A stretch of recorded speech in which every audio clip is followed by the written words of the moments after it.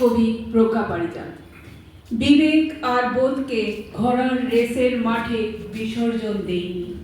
শির দ্বারা সোজা করে দাঁড়িয়ে আছি শূন্য পকেটে। সততা ছাড়া মূল্যবান সম্পদ নেই কিছু আমার। কোনো গুন্ডা বদমাশ কিংবা বিত্তবানের হাতে পুতুল নই আমি। কোনো প্রভাব প্রতিপত্তি বিস্তারকারী মানুষের স্বার্থের শিকলে বাধা নই আমি। তাই সত্যের তেজে নেই আমার ভয়। সোজা কথা, সত্য কথা বলার সাহস আমি রাখি।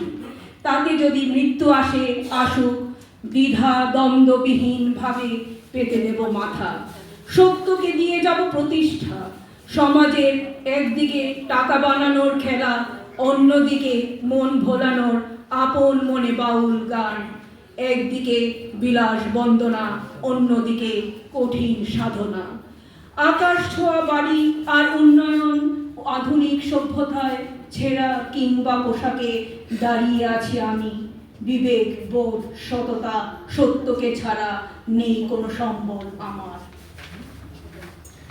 তাই মাথা উঁচু করে লিখে চলি সময়ের কথা, মানুষের কথা, রক্তাক্ত কবিতা মানুষকে ভালোবেসে। নমস্কার, ধন্যবাদ।